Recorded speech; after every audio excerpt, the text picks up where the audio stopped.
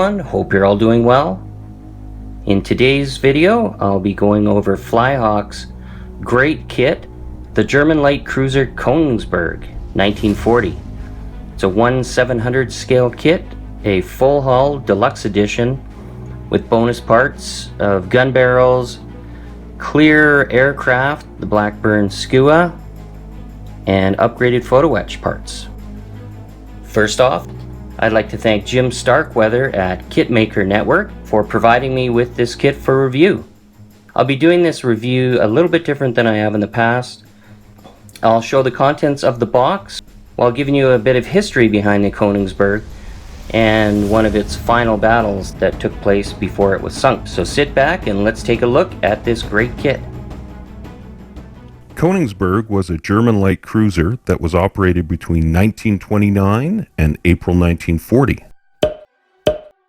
Including service in World War II, she was the lead vessel of her class and was operated by two German navies, the Reichsmarine and the Kriegsmarine.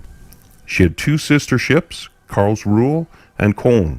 Königsberg was built by the Kriegsmarine Werft in Wilhelmshaven. She was laid down in April 1926, launched in March 1927, and commissioned into the Reichsmarine in 1929.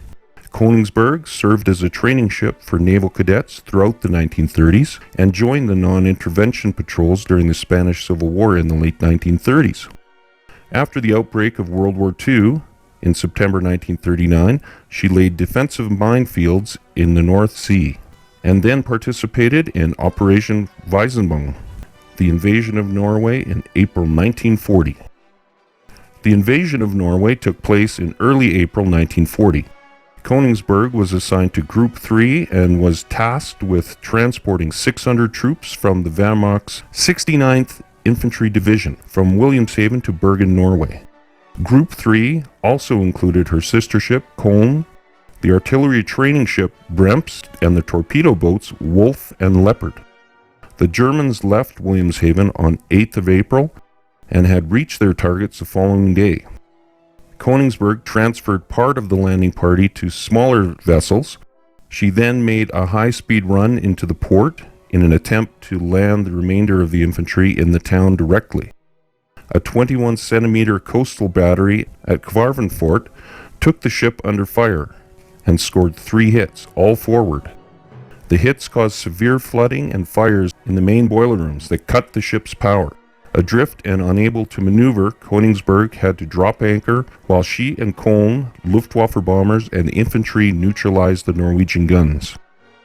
Königsberg required major repairs before she would be able to return to Germany, so she was temporarily moored in the harbor with her broadside facing the harbor entrance. This would allow her to bring all her main battery guns to bear against any British naval attack. The rest of Group 3 returned to Germany. On the evening of April 9th, she was attacked by British bombers, but to no effect. The following morning, the British launched another air raid on the ship. The raid consisted of 16 Blackburn skua dive bombers of the British Fleet Air Arm, 7 of 800 Naval Air Squadron and 9 of 803 Naval Air Squadron, launched from RNAS Hatston Orkney. Königsberg's thin deck armor rendered quite vulnerable to dive bomber attacks. The skuas attacked in 3 groups, the 9 of 803 NAS, 6 of 800 NAS, and 1 aircraft of 800 NAS, which lost contact during the outward flight, but found Königsberg independently. The dive bombers attacked at 7:20, catching the ship's crew off guard. Half of the dive bombers had completed their dives before the crew realized they were under attack.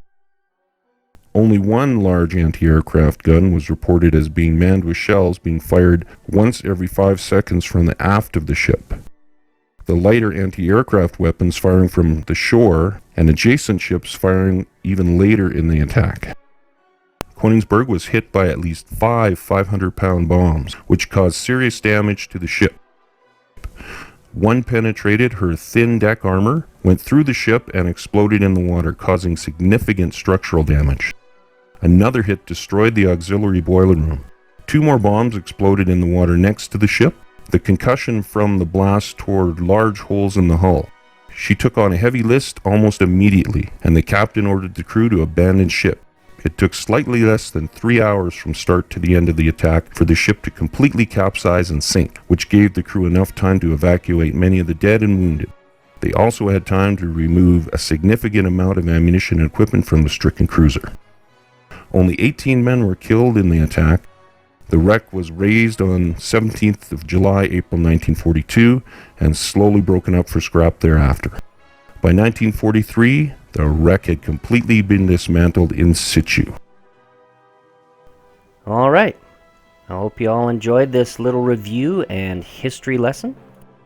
If you did, please consider subscribing, hit the bell notification, give me a thumbs up, and share this video with other members in this great modeling community. Well, that's all there is, and there ain't no more. Bye-bye now.